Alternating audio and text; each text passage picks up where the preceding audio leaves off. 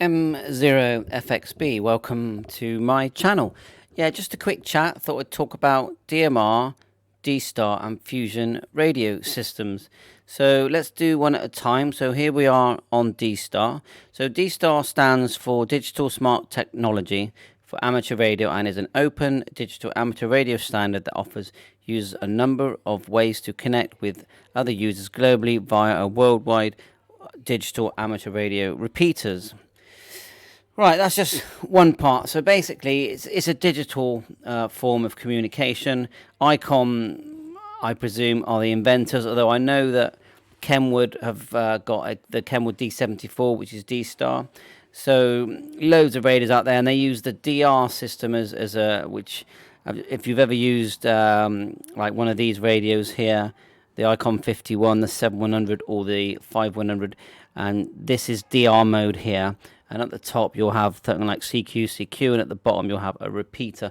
And it could be a repeater, or you could just connect it to your hotspot, and you can use a you can try and get into a local repeater that's D-Star enabled, or you can use a hotspot, which is a jumbo hotspot. For example, using the Pi-Star system, and that will connect you to a small box in your house, which then connects to the internet, and then gets you into the D-Star system. So the radio, all sorts of radios. So I'll just quickly flick through some of these pictures. So here's the ICOM 9700. Then here is the ICOM 51 type radio. You've got the new to come out soon is the ICOM 52. An older one is the 2820. Very nice radios, very fun to use, and they work really well. And I really like using the D-Star system. What do I think of the quality? I think D-Star is quite good quality. You don't get APRS with ICOM. You get DPRS, which is more of a one-way. So you can send out your position, which can be seen on APRS FI, but you can't. It can't come back the other way where full APRS can. So, and then the Kenwood D74, which is here. That's a Kenwood radio, very nice radio. So that's your D-Star system, and you can get all in one box type radios that will have D-Star, HF, VHF, and UHF. But really, primarily, most of the D-Star communication is actually on 70 centimeters, which is 440 megahertz, 30 megahertz. So that's just a quick overview on what D-Star is. And radios range from, I think, the cheapest you're going to get is probably is an ICOM ID51, second hand about 200, new more like 300. The new 52 version is going to be 500. So I wouldn't say it's a cheap way of doing radio. Okay, so that's D-Star covered. Let's look at DMR. Now, DMR radios, if you ask me, DMR is the cheapest digital radio out there, and there's a lot of equipment, a lot of information that you can gather for DMR. There is a learning curve. Now, I'll just quickly read the first line on Wiki. So, digital mobile radio, DMR, is a limited open digital mobile radio standard defined in the European Telecommunications Standards Institute. Basically, it was invented as a commercial system, and then hams have realized that that equipment can be used for our hobby, and so they use it. You need what is called a code plug. So basically, DMR radios are programmable from a computer. A code plug is really, it's the frequencies, the groups of channels you're going to use. Now, DMR channels are split into two. They're split into two channels. So you have, they call it time slot 1 and time slot 2, but really it's just cutting the channel in half, which is useful because obviously you get double the channels. You could be sending data at one half and then voice at the other half, or voice and data and data, and it's a very good idea. And then they don't use what you call CT/CSS. They actually use color codes, which is a term that you probably might not have even ever heard of, a color code. Color code 1, color code 2, and you can have, there's lots of color codes. So So class that like CTCSS. So DMR radios can be used on repeaters, or they can be used simplex. They can be used one-to-one. Now with DMR, you do need a DMR number, so you've got to register on the DMR network. Just Google DMR register and do that. You need a ham license. I forgot to say on Dstar, you do have to register on the Dstar ICOM system. Just forgot to say that, but just go to the ICOM site and register. Again, you need a ham radio license. So also all kinds of radios on a DMR. The most popular, I would say, is, or common, is, I would say, is firstly the MD380, the TYT MD380. They come with colour screens. They're really loud, good batteries. That you can get them dual band VHF, UHF, although most of the time they're on VHF. Anytone radios are very, very popular. So there's an Anytone, well, that's a BTEC one. So Anytone 878, here's one here, an 868. Very nice radios, loud, long battery life, inexpensive. And, you know, with DMR, you have talk groups. So, for example, a talk group 91 on the Brandmeister server system, very busy. That's called worldwide, but there are hundreds of talk groups, and you get all this access to all these different talk groups. You choose the one you like. Once you've got a DMR radio, if you're lucky, you've got a repeater near you, and you can actually change which talk group you're using, using the DTMF pad on your radio, and also you can use, you know, pre-programmed talk groups. Again, look into code plugs. What is a code plug on a DMR radio? It feels complicated. It is complicated, but once you learn it, then it becomes a lot simpler. I'd say for setting up purposes that DMR is the most complicated. I've got a few videos on here of showing you how to just program 1 or 2 channels and get you up and running in about 15 minutes. Now, if you, again, you can use a jumbo hotspot, you know, DV mega hotspots, all kind of hotspots. For that system, again, there's a learning curve, there's a setup process, but once you learn it, then you get a lot of enjoyment from it. So learning about jumbo hotspots, I'll just do a little search here, jumbo, so you know what a jumbo hotspot looks like so, and I'll go images. So here they are, a little small box. These work on C4FM, Fusion, DMR, Dstar. They were, and they're very inexpensive, £70–80.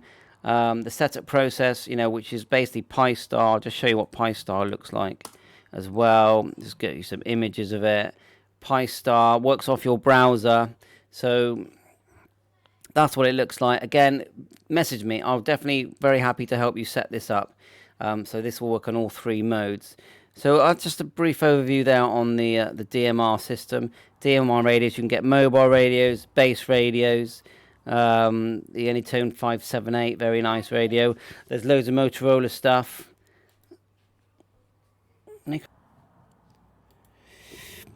So, yeah, there's some very nice sets. A lot of new equipment. Bofeng have really got into it, making DMR radios as well.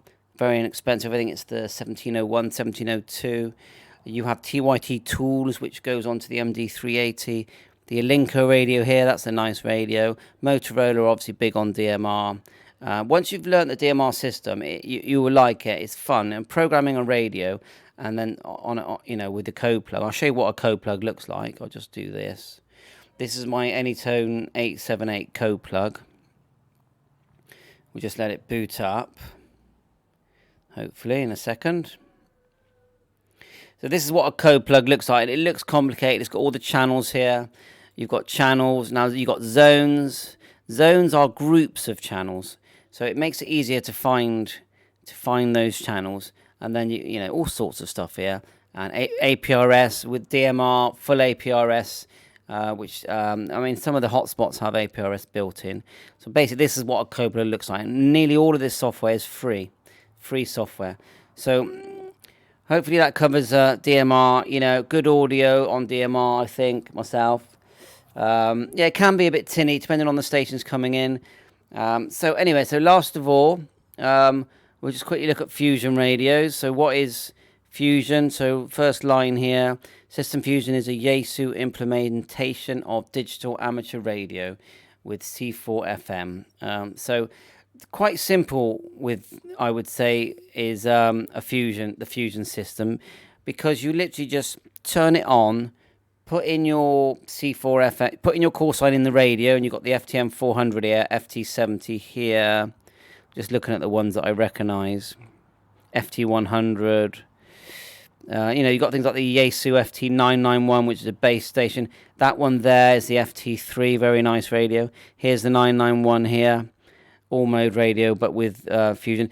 Good value is the FT3D, and that's dual band C4FM, full GPS, full APRS. So very nice to use. So you also can connect with the Fusion radios. You can connect them to a Wires X system, which looks a bit like this, and when it fires up and it's running, you get a list of loads of different Fusion rooms that you can connect to. Read all about it. There's loads to learn. You do have to, again, register with Fusion or Yaesu. Register so you get yourself in the system for Fusion and Wires X. So that's good, and it is a way of sort of controlling bad behavior. So have a look at that. You've seen the radios. You've got the jumbo spot. Now I'll just quickly, and you've got the Pi-Star system. I'll quickly mention the OpenSpot 3, because the OpenSpot 3 is the one that has really pushed cross-moding. So I'll show you a picture of what it looks like. Now this is a plug-and-go item, really. It works off your browser. So the OpenSpot 3, which is this sort of little white box here, just very small, very light, fits in your pocket, has a built-in battery. Now with that, you can use it to cross mode with any radio. So you could be on a DMR radio, and you could in DMR mode, and you could go onto a Fusion radio, or be talking to someone who's using a Fusion radio at the other end of a hotspot repeater or even simplex, and they will hear you, because the OpenSpot will do the work for you and cross mode you, or in any mode. So you could be Fusion to Dstar, you name it, anyway. And so I highly recommend the OpenSpot 3, but again, it's £250, not a cheap item. But really, with one digital radio, if you look at the picture here, one digital radio, you don't need all three of these. So this is FT70, that's 878, that's Icon 51. One of these radios and one OpenSpot 3, and you will be able to do all digital modes, including things like P25, which I've never used, and whatever else is coming out. But if someone said to me, what's the cheapest way, I would say get yourself a radio like one of these, which is like, see that one there? That's like an RT3S, MD380 type radio. Even the Alliance, very nice. That's a DMR radio. Then I'd say get yourself a jumbo spot, make one. You can buy them in bits and make it with very basic soldering for about £45. So we're talking 70 for the radio, 45 for the hotspot. So what's that, £115? And then once you've taught yourself the Pi-Star system, which is all free, go to pistar.co.uk. You can download everything you need. I think we need to push all, don't we? There it is there. There you go. Everything's here that you need, all this information. So set up your hotspot and then start using a very nice DMR radio and get yourself on the digital system very cheaply. So, okay, well, thanks for watching. It's a great hobby. It's a very good time for the hobby, especially with online examinations. If you haven't already got a license, go for it. Get yourself a foundation license. You won't regret it. You'll be working the world, making lots of new friends, and enjoying all this amazing equipment that's coming out, like for example, the ICOM 705, which is, if you ask me, is a super duper radio. Fantastic radio. Let's go images. There's lots. But look at this radio here. We'll work on all modes, like all bands, should I say. Let's get it right. It will work on VHF, UHF, 6 meters. It works on Dstar, uses the DR mode system that we talked about. And if you had that with an OpenSpot system, you literally wouldn't need anything else, but it is QRP. If you want a bit more power, get yourself an amplifier. So thanks for watching. Please subscribe. Got loads of people watching my videos. Be nice to have more subscribers, just because it's nice. So 7.3, all the best. Catch you soon. M0FXB clear, and catch you on air, because I do like to come on air every day and chat with all my ham radio friends. 7.3.